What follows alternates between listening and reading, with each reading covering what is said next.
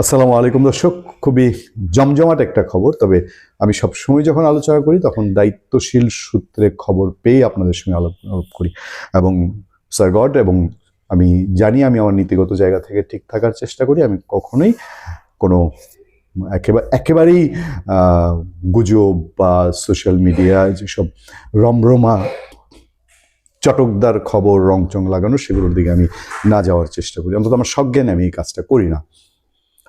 মাহমুদুর রহমান আমার দেশ পত্রিকার সম্পাদক মাহমুদুর রহমান, তিনি ছিলেন সাবেক আমলা এবং একটা পর্যায়ে তিনি যখন আমার দেশ পত্রিকা খুললেন, আমার দেশ পত্রিকা খুলে শুরু থেকেই আমার দেশ পত্রিকাটা ক্লিক করেছেন।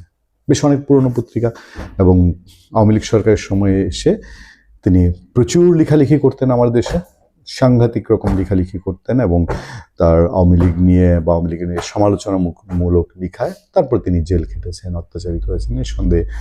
বা একটা পর্যায়ে তিনি তার আইডিওলজিতে তিনি বিএনপি ঘরানার মানুষ ছিলেন। বিএনপির যে থিঙ্ক ট্যাঙ্ক বলা হতো, শফিকুর রহমান সহ আরও যারা ছিলেন, সেই থিঙ্ক ট্যাঙ্কের একজন ছিলেন মাহমুদুর রহমান। কিন্তু এই সরকার, অন্তর্বর্তীকালীন সরকার, ডক্টর ইউনূস সরকার আসার পরে মাহমুদুর রহমান তার আমার দেশ তাদের পলিসিতে আরও প্রচণ্ড রকম চেঞ্জ এসছে বলতে বিএনপির সাথে তার দূরত্ব বেড়েছে, এটা সবাই জানে, ওপেন সিক্রেট। বিএনপির সাথে তার আগের সেই সম্পর্ক নাই, নাম্বার ওয়ান।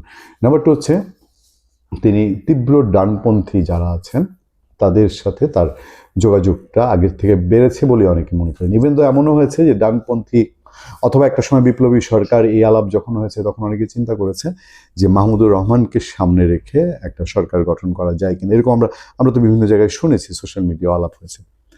এবার তথ্য হলো সেই মাহমুদুর রহমান তিনি জামাতে ইসলামীর যেই জোট হতে যাচ্ছে, নির্বাচনী জোট, জামাতে ইসলামীর সেই জোট থেকে, সরাসরি জামাতের প্রার্থী হয়তো না, জামাতে ইসলামীর জোট থেকে তিনি আগামী নির্বাচনে প্রার্থী হতে যাচ্ছেন বলেই আমাদের কাছে খবর এসছে।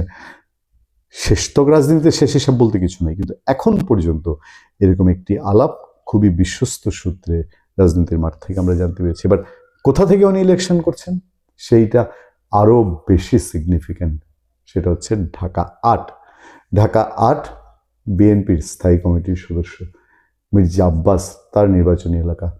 এবং মির্জা আব্বাসকে বিএনপির যুবদল, ছাত্রদল বা বিএনপির এই লেভেলটা তাকে ঢাকার চিতা নামে জানে। তাদের খুব সাহসী নেতা ওই এলাকার, আজকে থেকে না, অনেক আগে থেকে। সেই মির্জা আব্বাসের আসনে ইনকিলাব মঞ্চের হাদি ইলেকশন করছে। এদিক থেকে হাদির পক্ষে কতটা চ্যালেঞ্জ করা সম্ভব মির্জা আব্বাসকে, এটা সম্পর্কে মানুষের ধারণা আছে।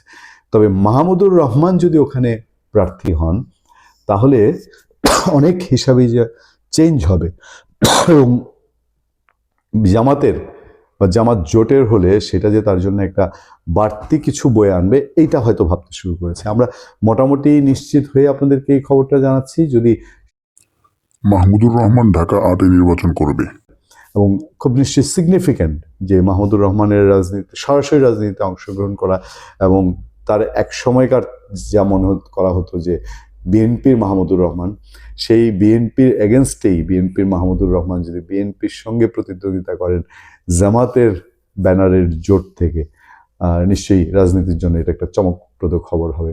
ভালো থাকবেন, সুস্থ থাকবেন। আপনাদের সাথে আমি আতিক রহমান, পূর্ণিয়া।